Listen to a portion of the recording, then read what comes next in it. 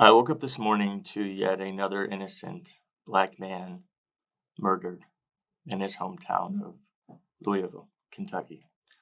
Um, from what I gather, and news is willing to publish, this gentleman was running a barbecue joint in the city and was even documented as providing meals for the city cops for free of charge. And I read up and come to the conclusion based on what I was actually able to digest in the information that it was one of the cops that killed him. I couldn't believe what I was reading. I can't imagine biting the hand that feeds, much less murdering it. If there's anything to be learned from these recent murders, it is the fact that we are in civil unrest. We are more divided now than ever, and we are on the brink of another civil war if this does not, in fact, become downgraded somehow, some way. I think that our government, whether it's federal or local, needs to put an end to this rioting, needs to put an end to this injustice, needs to put an end towards hate.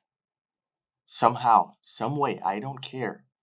But no more lives, no more innocent black lives need to be ended against their will based on the color of their skin. Has to stop. This has to stop. And I know that rioting is not the best course of action. I know that. If I were in their shoes, I would probably try and talk myself into preventing destroying a target or something along those lines. But then again, if you think about it, taking a knee in a stadium didn't work. Sitting in front of the bus didn't work. Protesting peacefully in front of the Capitol building didn't work either. And so part of me cannot blame the African American community of this country for taking matters into their own hands and literally making noises in order to be heard. Now, you might not like it, you might be against it, but I, for one, can understand the riots. I can't understand the looting, but I can understand the riots. It's been so long for them to have to swallow that rusty nail of screaming into the abyss only to have it fall on deaf ears. It's been so long, I cannot imagine what it's like to be black in this country.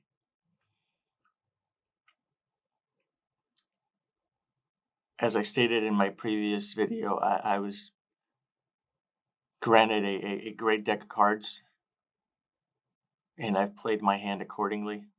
I've never once been a victim of a discrimination, whether it's in Puerto Rico or the continental US, as crazy as that sounds. So I don't know what it feels like. But that doesn't mean that I cannot empathize with their cause, empathize with their pain, empathize with their suffering. So I understand where they're coming from. I really do. I would be immensely mad and angry at the current situation in which they find themselves still to this day in 2020. I cannot put into words how devastating and emotionally draining this must be for them to have members of their community gunned down and asphyxiated for no apparent reason besides the color of their skin. I mean, at the end of the day, it's an organ of which you had no control over the pigment. It's just mind-boggling that we discriminate against the most petty things that are out beyond our grasp. I mean, nobody chooses to be born white. Nobody chooses to be born black. They're just given that. And why are we going to keep discriminating against something of which we have no control? I don't understand. That is the epitome of stupidity. You don't get to choose where you're born. You don't get to choose your parents. You don't get to choose your skin color. You don't get to choose your ethnicity. I mean, I don't understand. It's just this is also frustrating. And just because I don't have a dog in this fight does not necessarily mean that I'm not going to fight.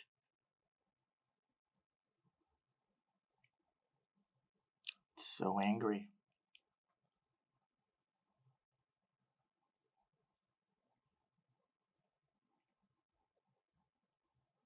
And what saddens me is that I'm one of the most upbeat and positive people you're probably never going to meet, but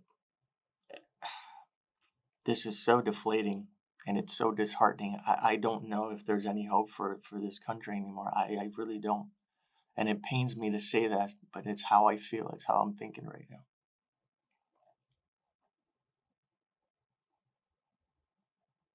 This has to stop.